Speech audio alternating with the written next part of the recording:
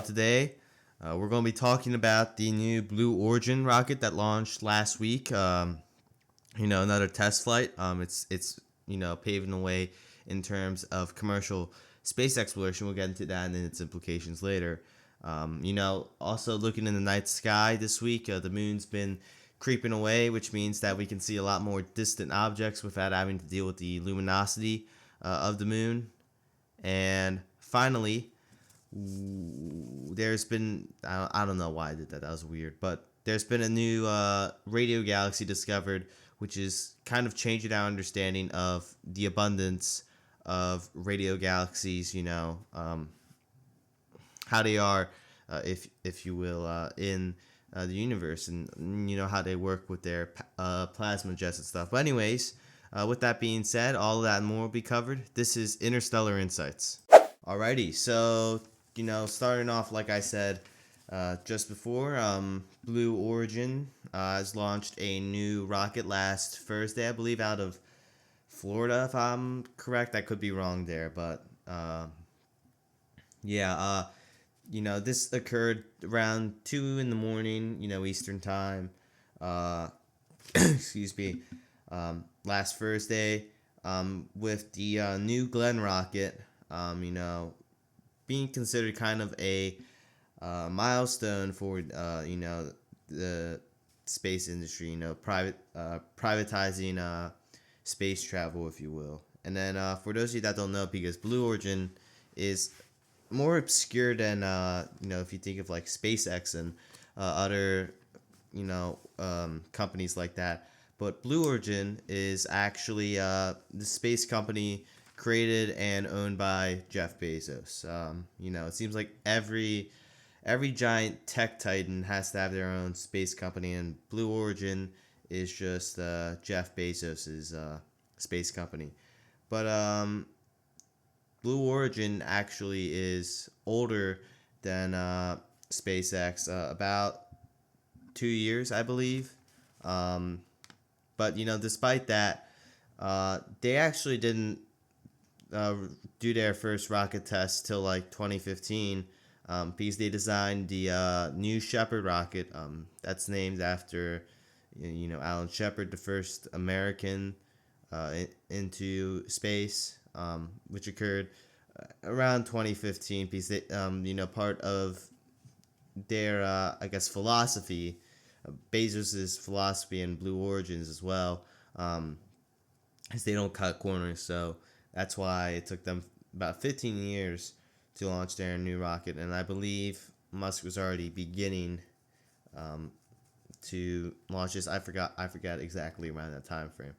But New Shepard, though, really had one restraint in that it could only fly to about suborbital trajectory, off of Earth, which basically meant that it was only restricted to flying to the edge of space from Earth, and then it could stay there for a couple minutes, experience low gravity for those that are flying before returning back to the launch site, to be reused. Because for those of you that don't know, the big, issue that all of these space companies wanted to get rid of is the fact that rockets are stupidly expensive, and they're trying to build a reusable rocket that can cut down some of those costs. So that's what SpaceX is doing, and that's what Blue Origin is doing right here with New Shepard.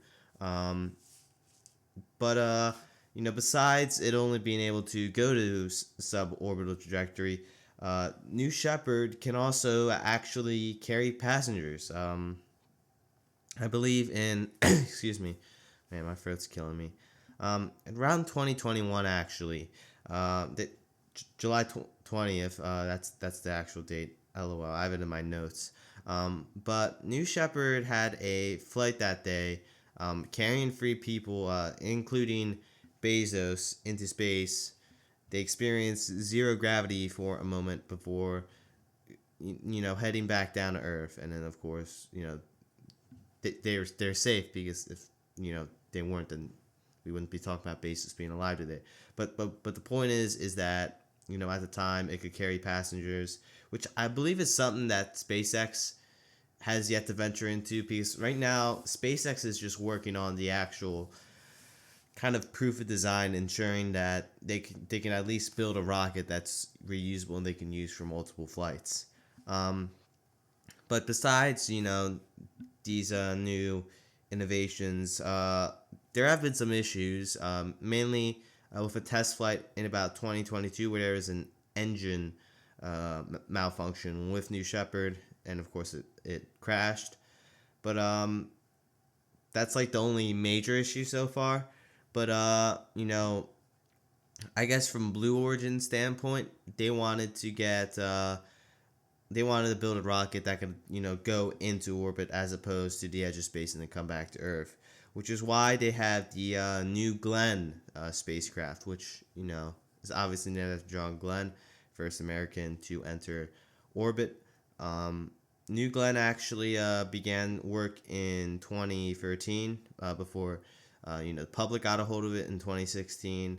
And then the idea for kind of the, if you will, how to reuse the parts is that, once New Glenn reached orbit, it would detach these like barges of, I wouldn't say fuel, but like these rocket barges that would, re-enter the atmosphere, and then they would have, I believe, like some kind of landing mechanism to ensure that they landed in good condition.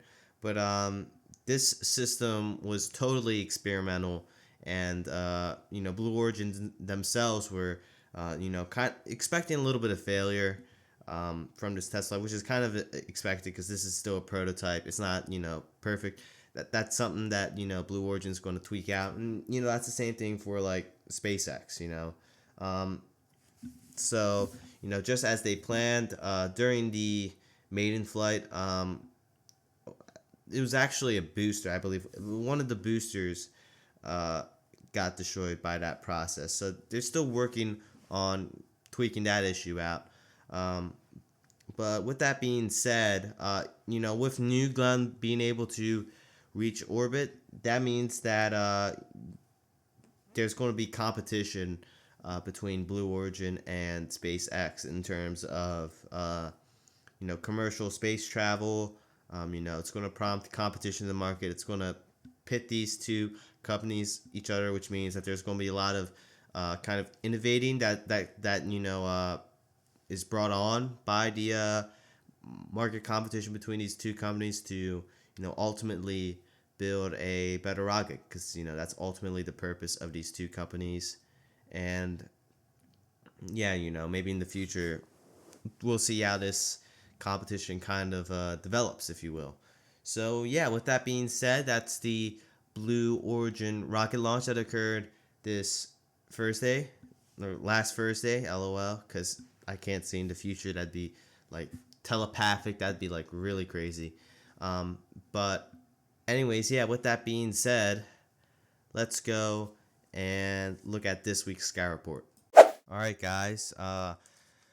Here we are. We're going to do this week's Sky Report. I'm sorry if the audio sounds a little bit weird. I've been doing a little experimenting with my microphone setup, messing around with the mic sensitivity, finding the right sensitivity, right area. Because I don't know if I told everyone, but I got a mic upgrade, and it's got an actual proper stand compared to like a bass. Because I like to slam my hands on the desk, and whenever I did that, you could really hear it in the mic, like the vibrations at least. So it was really horrible. And I got this upgrade. I really like this mic stand. It's really nice, and this microphone, but I've got to do a little bit tweaking of mic placement, so it doesn't sound like I'm screaming into people's ears, because I feel like that's what it sounds like right now. But anyways, with that being said, let's actually get into the Sky Report for this week. This is probably the only time. Actually, this is probably not true, but this is probably it's probably been a while since I've been able to say this, but all the times are going to be in Eastern Standard Time for this reading, I guess, or not reading stuff. stuff. No, it's not stuff. It's things that are in the sky. Dang it. But like I said, the moon's fainting all week, so that's going to have a big impact on what we're going to see in the night sky. So with that being said, let's dive right in. Excuse me. Tonight, it's the perfect time to track down asteroids because you can see the asteroid Eunomia outside. It's going to be hanging out by the border of the constellations Taurus and Auriga. Sorry, like hiccups. It's going to be shining at a magnitude of 1.7, and there's also going to be a star out next to Eunomia. It's Elnath, which is going to be about 6.5 degrees east southeastish to Eunomia. And then Jupiter is also going to be out, and it's going to be shining at a really bright magnitude of negative 2.6. I don't know why. It's been a weird day for me. But anyways, that's going to be 8 degrees to the southeast of, I believe that's from Elnath. So you can kind of see like a little, a diagonal chain, if you will, of objects, if you will, from Eunomia to Jupiter. But anyways, that's what's going on tonight. Tomorrow, it's going to be really dark. It's going to be more darker. The moon's going to fade out even more. Neptune is going to be very visible. It's going to be found in Pisces, the fish. But it's actually, I guess this is kind of the first time. I don't remember saying a time when an object was going to be very dark at magnitude. But I guess this is time for first because Neptune is actually going to be very dark.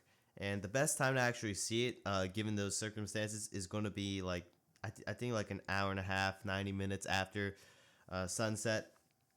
Mainly just to make it really dark.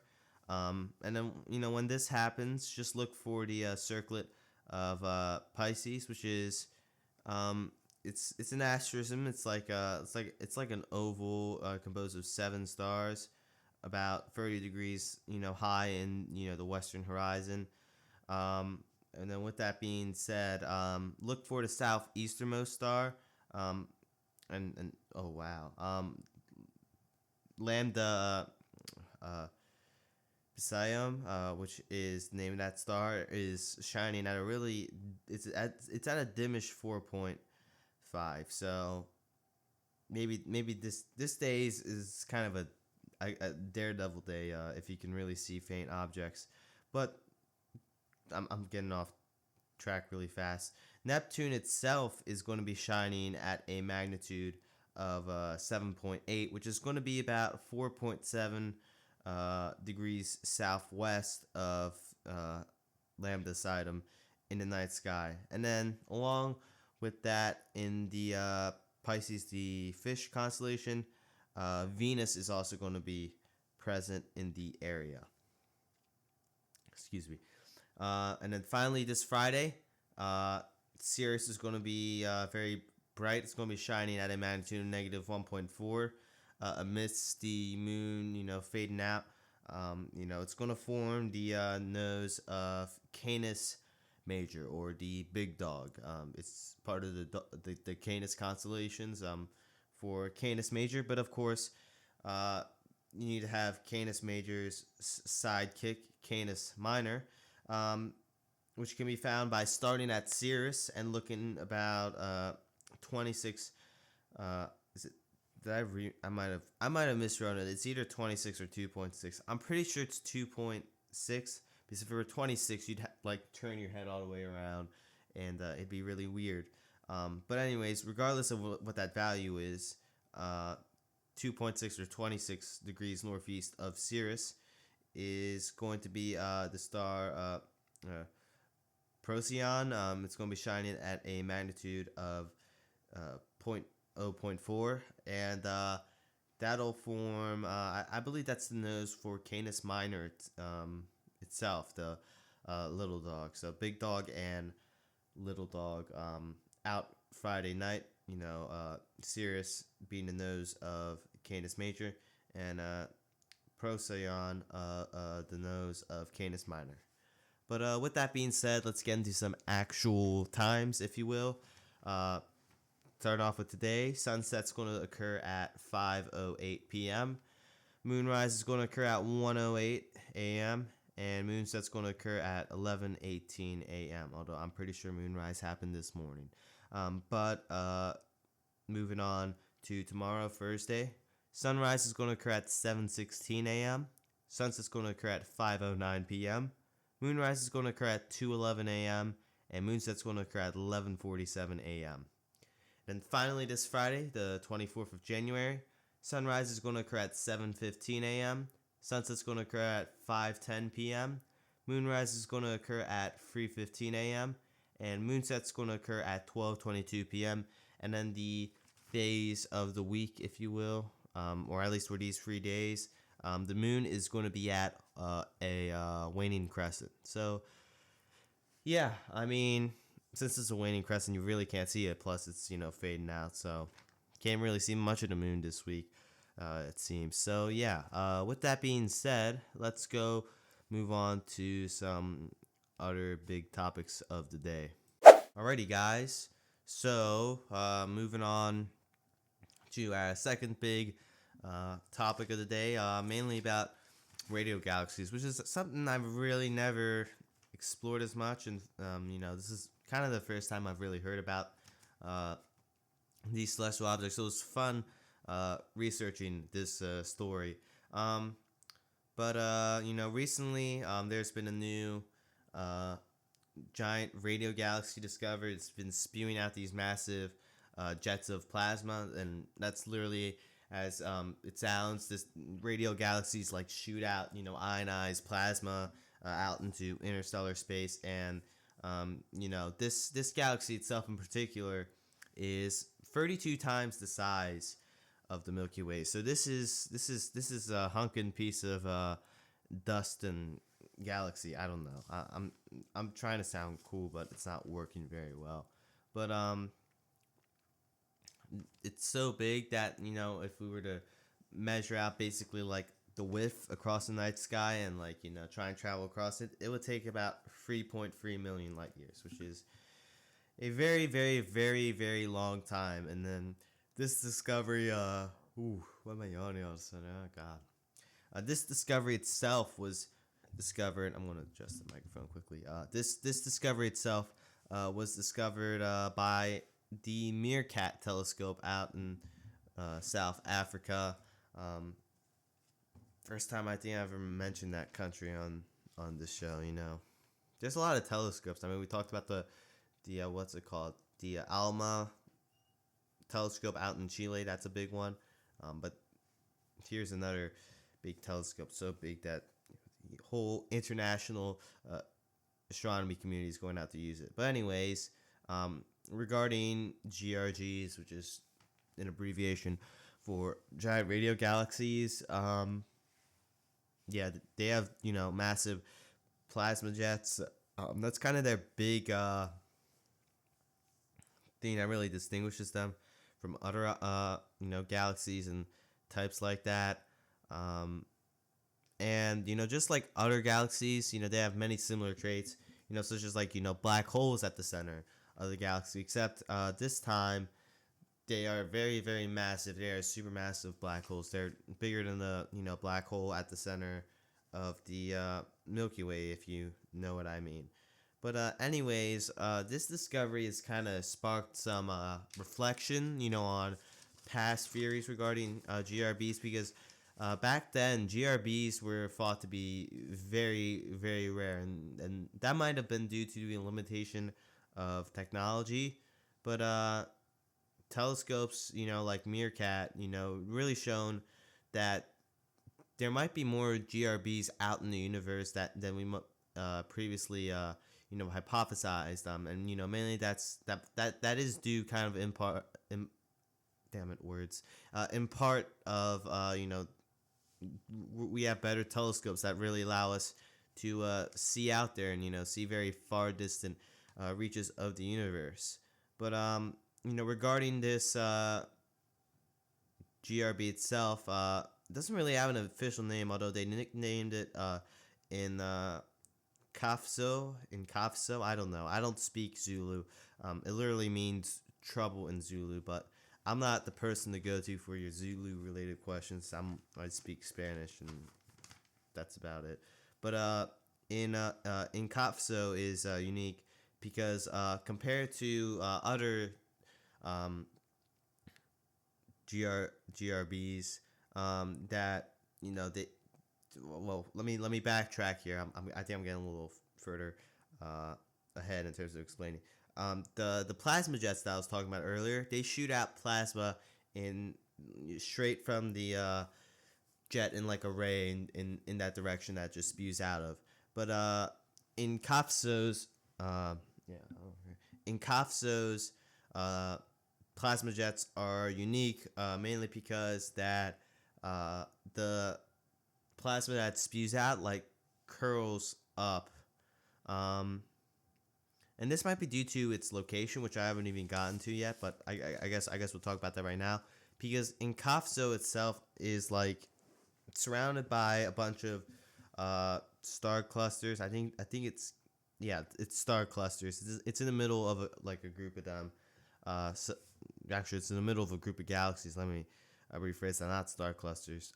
But since other GRBs, they've never found the GRB like in Kafso, surrounded by other galaxies, and they believe that because of that weird environmental factor, in Kafso spews out the plasma and like curls it, um, due to the gravity. But the plasma itself, from what is observed, is different in itself because it's basically getting like it's it's the electrons in the plasma are getting kind of excited because they're receiving energy, um, and this is mainly due to kind of the imaginary void or kind of barrier created by Inkafso and the other galaxies that allows these electrons in the plasma to receive energy, if you will. And of course, this is just one part of a massive work on GRBs looking to unearth them, how they really work, things like that. Very important in our understanding, if you will, piece. We've never seen, in Kafso, we've never seen a GRB in the environment that it is right now. And, also, it might be changing our hypothesis that, instead of there being so few, there might be a whole lot more GRBs out there that are just spewing out plasma. But, yeah, that's all I've got regarding GRBs. Let's go move on to this week's edition of Astronomy Trivia. Alrighty, guys. So, hold up. Welcome back. I guess is it welcome or welcome back? I guess if it's welcome back, I'll say welcome back to Astronomy Trivia, but I want to talk about this week. So actually, welcome to this week's edition of Astronomy Trivia. It's the show within the show. You answer a question, I make a poll, blah blah blah. Self-explanatory. But before we get into this week's question, let's talk about last week's question, which I believe was about which. I'm doing this off the top of my head. I don't have the data in front of me, but I think it was what is the next mission to the moon? I believe is the question, or what's the upcoming mission by NASA to the moon? Something like that, along those lines. But the answer to that, of course, if you've been paying attention for the past 20 episodes, is Artemis 3. Artemis 3 is the upcoming mission back onto the moon by NASA. It's like because the last mission to the moon done by NASA was like in the 70s, which means like we haven't had a mission like this to the moon with people landing for like 50 years. So, and then we talked about there's been some delays. It was supposed to be in 2025, and then they got pushed to mid 2026, and now it's getting pushed to mid 2027. So who knows? Maybe they'll just keep pushing it, and we'll never see the launch unless they get NASA gets their stuff together respectfully. 'cause, gotta make sure that everyone's safe and stuff. But anyways, besides Artemis Free, I'm going to reveal this week's question. And yeah, let's just start. So the question for this week is, who discovered Ceres in 1801? I'm going to say this again. Who discovered Ceres in 1801? I'm going to go make polls respectively. Dang it. I'm going to make polls respectively for the YouTube viewers and Spotify viewers so you can keep them separate. And yeah, that's all I've got for this week's edition of Astronomy Trivia. Anyways, let's close this episode out then. Alrighty, guys. This concludes this week's episode of Interstellar Insights. Regular song and dance next week.